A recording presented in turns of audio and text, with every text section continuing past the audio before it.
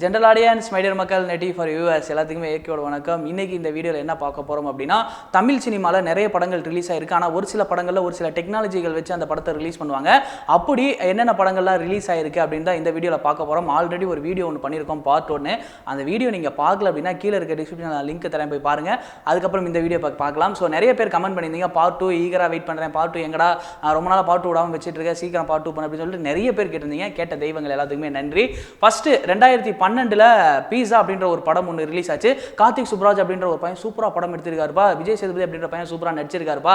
இப்போ அவங்க ரெண்டு பேருக்கு இருக்க மார்க்கெட் வந்து வேற லெவல். ஸோ அப்போ ரிலீஸ் ஆனப்போ வந்து இந்த படம் வந்து எல்லாத்துக்குமே வித்தியாசமாக தோன்றுச்சு. சரி, இந்த படத்தில் என்ன டெக்னாலஜிகள் புதுசாக யூஸ் பண்ணியிருக்காங்க அப்படின்னா 7.1 சவுண்ட் சிஸ்டம் வந்து யூஸ் பண்ணியிருக்காங்க. ஸோ தமிழ் சினிமாவில் ஃபர்ஸ்ட் 7.1 சரௌண்டிங் சிஸ்டம் யூஸ் பண்ணது வந்து நம்ம பீஸா படம் தான். இதை தொடர்ந்து வந்து பார்த்தோம் அப்படின்னா 2013 அதாவது வந்து விஸ்வரூபம் அப்படின்ற ஒரு படம் ரிலீஸ் ஆச்சு. இந்த படம் கமல் சார் மத்தியில் வந்து பார்த்தோம் அப்படின்னா ஒரு பெரிய எதிர்ப்பு எல்லாத்துக்குமே வந்து உருவாச்சு அப்படின்னு சொன்னால் ஏகப்பட்ட பேர் இந்த படத்தை வந்து வெளியிடக்கூடாது அப்படின்னு சொல்லி போராட்டம் பண்ணாங்க. சரி, அதை அப்படியே ஒதுக்கி வைப்ப அந்த பிரச்சனை. ஸோ கமல் சார் வந்து பார்த்தோம் அப்படின்னா ஹாலிவுட்டுக்கு நிகராக ஒரு சவுண்ட் சிஸ்டத்தை வந்து கொண்டு வந்தார், RO 3D சவுண்ட் சிஸ்டம் அப்படின்னு சொல்லிட்டு. இது வந்து பார்த்தோம்னு வச்சுக்கோங்களேன், இந்த 7.1 விட டபுள் மடங்கு, அதாவது 13.1 சவுண்ட் சிஸ்டம் மாதிரி இருக்கும். ஸோ இது வந்து டபுள் மடங்கு ட்ரிபிள் மடங்குல வந்து கேட்கக்கூடிய சவுண்டு ஹாலிவுட் தரத்துக்கு நிகராக எடுத்துட்டு வந்தாங்க. ஒவ்வொரு விஷயமே வந்து மைனர் ரூட்டாக அப்படியே கேப்சர் பண்ண முடியும். இந்த புறா பறக்கிறது, இந்த தண்ணி சொட்டு, அந்த டக்கு டக்குன்னு சொட்டு, இந்த மாதிரியான சின்ன மைனர் ரூட் சவுண்டை கூட வந்து நம்மளால கேப்சர் அழகாக பண்ணி நம்மளை கேட்க வைக்க முடியும். ஸோ அந்த அளவுக்கு வந்து டெக்னாலஜியை இம்ப்ரூவ் பண்ணி சவுண்டை கொண்டு வந்தது அப்படின்னா விஸ்வரூபம் படம் அப்படின்னே சொல்லலாம். So 13.1 sound. ஸோ தமிழ் சினிமாவில் முதல்ல வந்து 13.1 சவுண்டை கொண்டு வந்த படங்கள் எது அப்படின்னா வந்து விஸ்வரூபம் படம் ஒன்று. ஸோ நெக்ஸ்ட் என்ன அப்படின்னா, தமிழ் சினிமாவில் ஒரு படங்கள்லாம் ரிலீஸ் ஆகணும். முன்னைய காலத்தில் வந்து பார்த்தோம் அப்படின்னா போஸ்டர் வரைஞ்சி வைப்பாங்க, பேனர் அடிக்கலாம் கட்டாங்க, இந்த பெயிண்டில் ஏதாவது வரைஞ்சி வச்சு இந்த மாதிரி ஒரு படம் ரிலீஸ் ஆகுது அப்படின்னு தான் சொல்லுவாங்க. ஏன்னா அப்போதைக்கு விளம்பரம் அப்படி தான். ஸோ அந்த மாதிரி போஸ்டர் அப்படிங்கிறது வந்து எல்லாத்துக்குமே தெரியும். கம்மியாக சின்ன சைஸில் நம்ம அளவுக்கு ஒரு போஸ்டரை பார்த்துருப்போம்.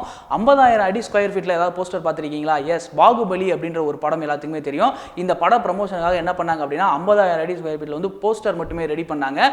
அதுதான் வந்து இந்தியாவிலேயே ரெடி பண்ண ஒரு முதல் போஸ்டர் அப்படின்னு கூட சொல்லலாம். பெரிய லெவலில் போஸ்டர் ரெடி பண்ணது. இந்த போஸ்டர் வந்து கின்னஸ்ல கூட இடம் பெற்றிருக்கு. ஸோ ஃபர்ஸ்ட் டைம் வந்து லார்ஜ் ஒரு பெரிய போஸ்டர் ரெடி பண்ணாங்க அப்படின்னா எந்த படம் அப்படின்னா பாகுபலி அப்படின்ற படம் தான். ஸோ அடுத்ததாக வந்து நம்ம என்ன பார்க்க போகிறோம் அப்படின்னா வசூல் சாதனை அப்படின்ற இப்போ வந்து எல்லாத்துக்குமே தெரியும். ஏன்னா ஒரு படம் வந்து பிளாக் பஸ்டர் ஹிட் அடிச்சிச்சா இதோட வசூல் என்ன, முதல் நாள் நிலவரம் என்ன அப்படின்றத பொறுத்து தான் வந்து இந்த படம் ஹிட்டா ஃப்ளாப்பா அப்படின்னு சொல்லுவோம். ஸோ அந்த மாதிரி தமிழ் சினிமாவில் 100 கோடி கலெக்ஷன் பெற்ற படம் எது அப்படின்னு வந்து பார்த்தோம்னு வச்சுக்கோங்களேன், சிவாஜி. ஸோ நம்ம சங்கர் சாரும் ரஜினி சாரும் சேர்ந்து ஒரு கலக்கின ஒரு படம் அப்படின்னு சொல்லலாம். வேர்ல்டு வைடில் வந்து பார்த்தோம்னா இந்த படத்துக்கு நிறைய ரெஸ்பான்ஸ் இருந்துச்சு. ஸோ அந்த வகையில் தமிழ் சினிமாவில் 100 கோடி கலெக்ட் பண்ண முதல் படம் எது அப்படின்னா நம்ம சூப்பர் ஸ்டார் ரஜினிகாந்த் நடிச்ச சிவாஜி படம் தான். ஒரு படம் எந்த அளவுக்கு முக்கியம் அப்படின்னு வச்சுக்கோங்களேன், அந்த சினிமாட்டோகிராஃபர் வந்து என்னெல்லாம் பண்ணுறாரோ, அழகான அவரோட கேமராவில் எப்படி எல்லாம் கேப்சர் பண்ணுறாங்களோ அந்த அளவுக்கு வந்து அந்த படம் வந்து அழகாக மெருகேறும் அப்படின்னே சொல்லலாம். ஸோ அந்த அளவுக்கு வந்து சினிமாட்டோகிராஃபர் அப்படின்றது ஒரு படத்தில் முக்கியமான ஒருத்தர் அப்படின்னே சொல்லலாம். நம்ம சினிமாட்டோகிராஃபர் அப்படிங்கும்போது நிறைய பேர் சொல்லுவோம். ஆனால் உமன் சினிமாட்டோகிராஃபர் அப்படிங்கும்போது நம்ம டக்குன்னு யோசிப்போம். ஸோ தமிழ் சினிமாவிலே வந்து அதாவது ஏசியாலே வந்து ஃபர்ஸ்ட் உமன் சினிமாட்டோகிராஃபர் யார் அப்படின்னா BR விஜயலட்சுமி அப்படின்றவங்க தான். சின்ன வீடு அப்படின்ற படத்து மூலியமா வந்து அவங்க நிறைய ஸ்டாண்டா இருந்தாங்க. சின்ன வீடு அப்படின்ற ஒரு படத்து மூலியமா பாக்யராஜ் அவர்கள் ஹீரோவா நடிச்சிருப்பாங்க. அந்த படத்தில் வந்து ஃபர்ஸ்ட் உமன் சினிமாட்டோகிராஃபராக வந்து அறிமுகமானாங்க BR விஜயலட்சுமி அப்படின்றவங்க. அவங்க வந்து நிறைய டைரக்ஷன்லாம் பண்ணியிருக்காங்க. ஸோ ரீசெண்டாக அபிமனுவும் அப்படின்ற படமும் ரிலீஸ் ஆச்சு. டொவினோ தாமஸ் அவர்கள் வந்து ஹீரோவா பண்ணாங்க. அந்த படம் வந்து பெருசாக போகல. பட் ஏசியாவிலே உமன் சினிமாட்டோகிராஃபர் அப்படின்னு வந்து சொல்லலாம் அப்படின்னா BR விஜயலட்சுமி அவர்கள் தான். அடுத்ததாக வந்து என்ன தெரிஞ்சுக்க போகிறோம் அப்படின்னா கேமரா ஒர்க் தாங்க. கேமரா ஒர்க் அப்படின்னால வந்து கலர் டோன் அப்படின்னு நம்ம சொல்லுவோம். இந்த கலர் டோன் அப்படிங்கும்போது செல்வராகவன் அவர்கள் ஞாபகத்துக்கு வந்துருவாங்க. புதுப்பேட்டை ஒரு படம் வந்து நீங்கள் பார்த்துருப்பீங்க. மற்ற படங்களுக்கும் புதுப்பேட்டையும் கொஞ்சம் டிஃப்ரெண்டாக இருக்கும். கலர் டோன்லாம் வந்து ரொம்ப கான்ட்ராஸ்டாகவே இருக்கும். சரி, இந்த படத்தில் வந்து என்ன கேமரா யூஸ் பண்ணியிருக்காங்க, என்ன ஃபார்மேட்டில் எடுத்திருக்காங்க அப்படின்னா 35 சூப்பர், அதாவது சூப்பர் 35 ஃபார்மேட் அப்படின்ற ஒரு இது யூஸ் பண்ணியிருக்காங்க ஃபிலிம் ரோல். இது வந்து பார்த்தோம் அப்படின்னா ஹாரி 35 ஃபிலிம் கேமரா மூலியமாக எடுக்கப்பட்ட ஒரு விஷயம். இது வந்து கலர் டோன் வந்து ரொம்ப பார்த்தோம் அப்படின்னா கான்ட்ராஸ்டாக தெரியக்கூடாது. ராம்ஜி அப்படின்ற நமக்கு சினிமாட்டோகிராஃபர் எல்லாமே நமக்கு தெரியும். ஸோ செல்வராகவன் அவர்களுக்கு வந்து ஆஸ்தான சினிமாட்டோகிராஃபர் அப்படின்னு சொல்லலாம். 2ஆம் உலகம், மயக்கம் என்ன, 1000ல் ஒருவன், அதனால புதுப்பேட்டையும் வந்து இந்த படம் வந்து இதில் இன்க்ளூடு. ஸோ இந்தியாவிலே ஃபர்ஸ்ட் 35 சூப்பர் ஃபார்மேட் எடுக்கப்பட்ட படம் எது அப்படின்னா வந்து புதுப்பேட்டை தான். ஸோ அடுத்ததாக வந்து பார்த்தோம் அப்படின்னா தமிழ் சினிமாவில் வந்து எல்லாமே ஹீரோ சப்ஜெக்ட் படங்கள் தான் இருக்கும். உமன் சென்ட்ரிக் மூவி அப்படின்றது வந்து ரொம்ப கம்மியாகவே இருக்கும். அப்படி உமன் சென்ட்ரிக் மூவி வந்துச்சுன்னா வச்சு பார்த்தீங்கன்னா ரொம்ப பெருசாலாம் ஹிட் ஆகாது, கம்மியான சில பட்ஜெட் தான் கொடுக்கும். இப்போ ரீசெண்ட் டேஸில் வந்து உமன் சென்ட்ரிக் மூவி அப்படின்றது வந்து ரொம்பவே பெருசாக பாராட்டப்படுது அப்படின்னு சொல்லலாம். அந்த வகையில் ரீசெண்ட் டேஸில் கனா அப்படின்ற ஒரு படம் ரிலீஸ் ஆச்சு.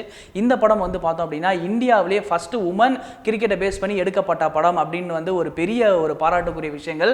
அதனால வந்து இந்த லிஸ்ட்ல வந்து பார்த்தோம் அப்படின்னா தமிழ் சினிமாலேயே ஃபர்ஸ்ட் உமன் கிரிக்கெட்டை பேஸ் பண்ணி எடுக்கப்பட்ட அப்படின்னா கனா. தமிழ் இல்லைங்க, இந்தியா லெவல்லே வந்து ஃபர்ஸ்டா எடுக்கப்பட்ட படம் அப்படின்றது கனா.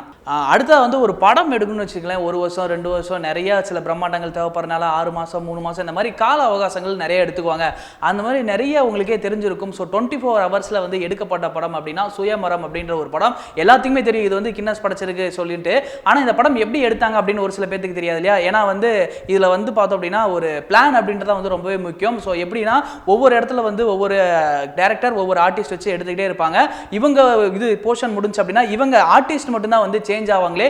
இந்த டைரக்டர் வந்து அந்த ஆர்டிஸ்ட் மட்டும் தான் சேஞ்ச் ஆவாங்க தவிர அந்த டைரக்டர் எங்கேயுமே சேஞ்ச் ஆக மாட்டாங்க. ஸோ எல்லாமே இப்படி தான் வந்து பிளான் பண்ணி எடுக்கப்பட்ட படம். நிறைய பேருக்கு இந்த படம் வந்து 24 ஹவர்ஸ்ல எடுக்கப்பட்ட படம் அப்படின்னு தெரியும். ஆனா எப்படி எடுத்தாங்க அப்படின்றது தெரியாது. ஸோ இந்த மாதிரி தான் எடுத்தாங்க. டைரக்டர் அதே லொகேஷன் தான் இருப்பாங்க.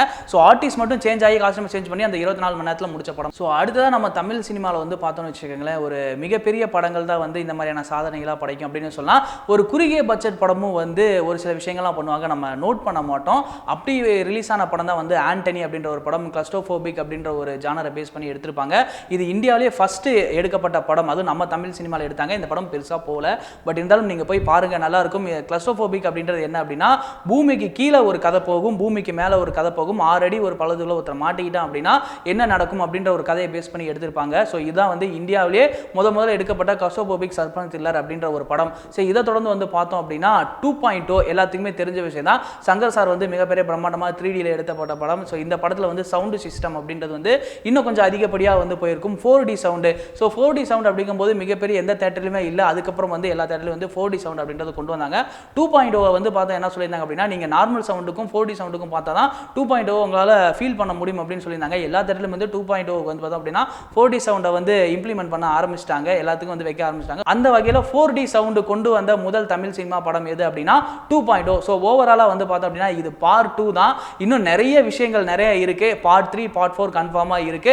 இந்த பார்ட் 2 உங்களுக்கு எந்த அளவுக்கு பிடிச்சிருந்தது அப்படின்றத கீழே மறக்காம கமெண்ட் பாக்ஸில் கமெண்ட் பண்ணிருங்க. இந்த படத்தில் இது இம்ப்ளிமெண்ட் பண்ணியிருக்காங்க, இந்த படத்தில் இது கொண்டு வந்தாங்க அப்படின்னு வந்து தயவு செஞ்சு கீழே கமெண்ட் பண்ணிடாதீங்க. ஸோ நிறைய நாங்களும் லிஸ்ட் எடுத்து வச்சிருக்கோம், அதெல்லாம் அடுத்தடுத்த வீடியோவில் வருது. இந்த வீடியோ உங்களுக்கு எந்த அளவுக்கு பிடிச்சிருந்து அப்படின்னு சொல்லி கீழே மறக்காம கமெண்ட் பாக்ஸில் கமெண்ட் பண்ணிருங்க. இந்த வீடியோ உங்களுக்கு பிடிச்சிருந்துச்சு அப்படின்னா லைக் பண்ணுங்க, ஷேர் பண்ணுங்க, கமெண்ட் பண்ணுங்க. மறக்காம டிவி வரைக்கு சப்ஸ்கிரைப் பண்ணிருங்க, கூடவே இருக்க பெல் ஐக்கானை கிளிக் பண்ணிருங்க. இன்னைக்கு 8:30 ஷெட்யூல் வீடியோ முடிஞ்சு நாளைக்கு வேற ஒரு வீடியோவில் வேற ஒரு கான்செப்ட்ல வந்து சந்திக்கிறேன். அனிதல் பை ஃப்ரம் சனிகாட் விஜய் AK.